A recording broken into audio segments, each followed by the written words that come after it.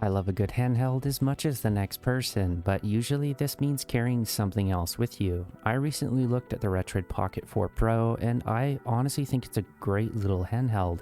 The nice thing about having a separate handheld means that you can just take it all with you, and it's all specifically for gaming.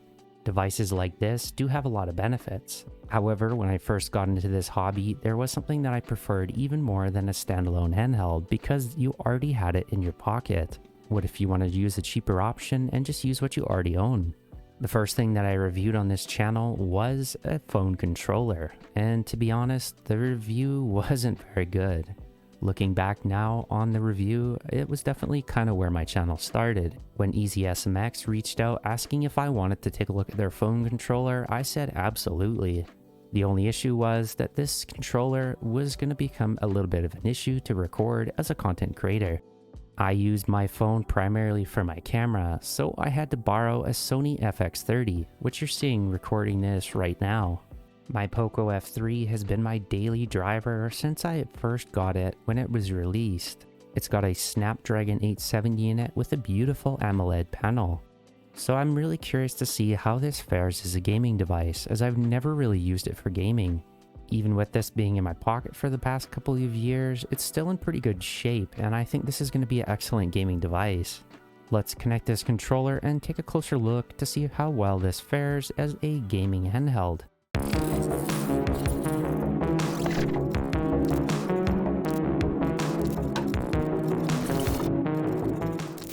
There's a lot about this controller that I like, and I gotta say, out of all the competition, it's priced pretty competitively.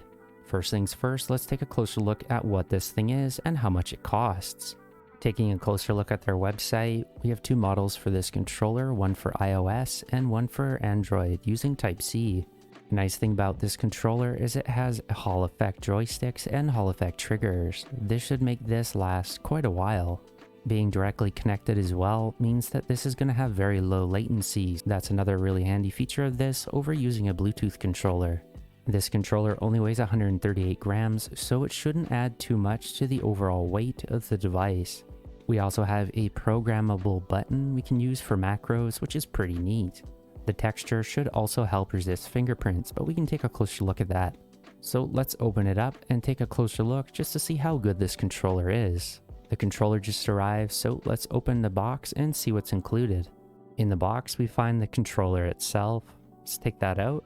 We appear to have a spacer of sorts underneath. I'm not sure what this is, but we can take a closer look at that. We have the EasySMX warranty card that we've seen with their other controllers, and we have a manual for the controller itself.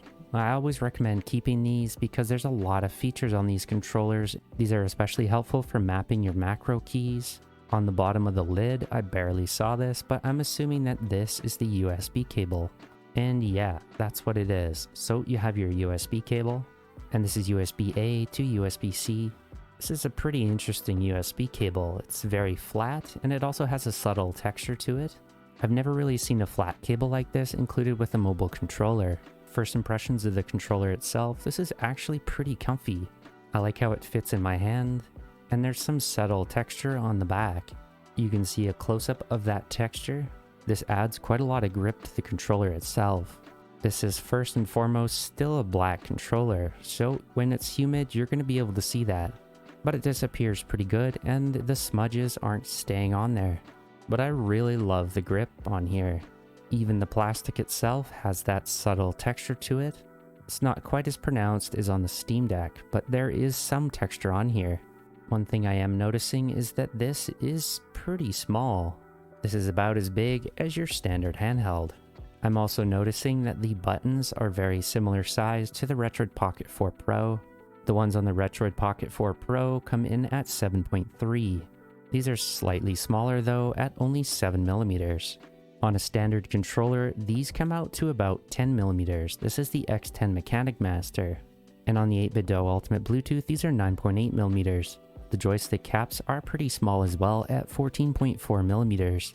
This is still slightly bigger than the Retroid Pocket 4 Pro. The caps on their X10 Mechanic Master come out to 16.7mm, and the joysticks on the 8BitDo Ultimate Bluetooth are 16.9mm, and the D-pad on the 8BitDo Ultimate Bluetooth is 23.9mm. The D-pad on the X10 Mechanic Master is 22.7 millimeters. This is smaller than a standard controller, coming in at 20.2 millimeters. This is very similar to the Retroid Pocket 4 Pro, coming in at 19.3. So we do have smaller face buttons and smaller joystick caps as opposed to a standard controller, but I don't think this is a bad thing by any means. We only have a small controller portion on each side. So essentially what this controller is getting the same control size as something that you would see on a typical handheld. We're getting this in a pretty portable package, and we can use whatever phone that we want, so long as it has Type-C. Taking a closer look at these face buttons, these are rubber membrane. These feel very retro-like, and they have a good amount of travel. They're also not too loud either. Overall, I really like these. They've also gone for an Xbox style layout, and I prefer that. The start button is pretty clicky, and so are the option buttons on the bottom. On the left side, we have the select button and the D-pad. The D-pad is rubber membrane based as well. We have a turbo function here, and this is clicky too. We'll take a closer look at these two joysticks in a second. On the top of the device, we have our two bumpers and our two triggers. The bumpers are clicky, and it is easier to click them the further you get out, but even if you were to push it at the top corner, it's still not too bad. We also have those programmable buttons on the top as well, and I do really like these triggers. The triggers don't have a lot of range, but I think this is a pretty good balance. They're also really smooth and they're hull-based, so we shouldn't be getting drift on these anytime soon. I am also noticing a little bit of separation on the bottom, but for the most part, I think that's okay. We also have two LED notification lights on the right side, but none on the left. There's also some black branding on the center, and I don't think this looks too bad either. These joysticks, as mentioned, are hull-based, and they do have an anti-friction ring around them. This means these joysticks won't wear away at the shell like we see on the Steam Deck. My ROG Ally also has this issue, and it needs joystick protectors to protect against scratching. But since this has an anti-friction ring around the outside on this joystick, we won't have that issue here. I like smooth joysticks, and I think these are really good. They also have a little bit of a texture on the joystick caps to just give you a little extra grip. These joysticks do also have L3 and R3 functionality. They have a nice click to them. I think these are really good joysticks. They're tiny enough to be portable, but they're also not small enough to be bothersome with your gaming experience. Let me show you what these buttons sound like.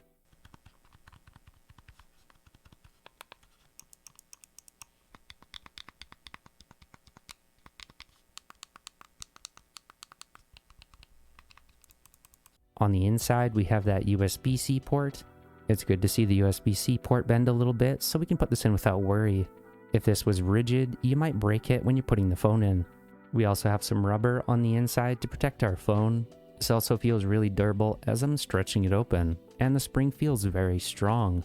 It does seem to make a little click as I near about the center part, and then it closes together. So let's try to get the phone on and see what it's like. I'm going to put the USB-C port edge down first, then I'm going to hinge the phone down. So I've got it in, I'm going to push that all the way down, then open the controller, and it's in. With my Poco F3 in the controller, this is pretty wide. It's not bad by any means though, and I think this is pretty good for a phone controller. I got Wreckfest loaded up. I'll just load up a custom event. So one thing I am noticing is these triggers work really well for racing games. If I push them down very slowly, they'll pick up ever so slightly, but you can build that up very slowly all the way to full. This also seems really responsive, but this also shows how bad I am at racing games. If you guys haven't tried Wreckfest yet, I highly recommend picking up this game. This is the best Android game that I have ever played. I've been really enjoying this on my Odin 2, and it works great on my Poco F3 as well. I really like this controller. This is pretty sweet. The left trigger also works really well. We can see the analog trigger in action with the left trigger. I also have the home button, and if I press this, it'll take me right out of the game straight to Android. If I wanted to use this turbo function on something like Skull the Hero Slayer for attack, I could press the turbo, then press X, and as soon as I held down X, it would just activate the attack function. The grips kind of fit into the palm of your hand, and they're not sharp by any means. The bumpers also seem to work really well, and the D-pad is working too. We now have full controller support in a lot of Android titles. This makes these controllers much more viable than they used to be, but they're also really fun for emulation. As far as input lag goes, I'm not detecting any, so their claims of 0.1 millisecond input latency seem to be pretty spot on. One thing I always find kind of awkward on these controllers is the gap behind the phone. It doesn't seem to be too bad, but as we look down here, it almost looks like it's bent in the center, and then it rests on the camera bump on my Poco F3. I don't think this is damaging the phone at all. I kind of almost wish this was kind of spaced out so it was straight rather than being bumped in. With how the USB-C port sits on my phone, this is just how it is. This is going to be different depending on which phone you use, but it does seem to fit in there well, and it's not moving around. With a lot of these controllers too, sometimes this can get tilted, but this seems to be sitting really firmly in place, so I really like that. It's nice they included this spacer if you need this for your phone. I don't need this on my Poco F3 though, so I'm going to keep this in the package. I haven't played around with this macro button, but I'll figure it out and I'll put it in the comments below if you're interested. Overall though, I do think that this is a really good controller. These triggers are really nice, and I like how they're slightly flared. The plastic is a pretty decent build quality, and it does feel really solid. It feels very durable as I'm opening and closing this, and it opens pretty wide. It's been a while since I've looked at one of these, but overall I'm pretty impressed. I really like their X10 Mechanic Master, and if you haven't seen my review on this, make sure to check that out. But I'm getting the same kind of quality feel with this as I am with the M10. The plastic on these two seems to be a very similar build. What do you think about the M10, and do you have any questions? Make sure to let me know in the comments below. Make sure to subscribe so you don't miss any future videos, and as always, thanks for watching.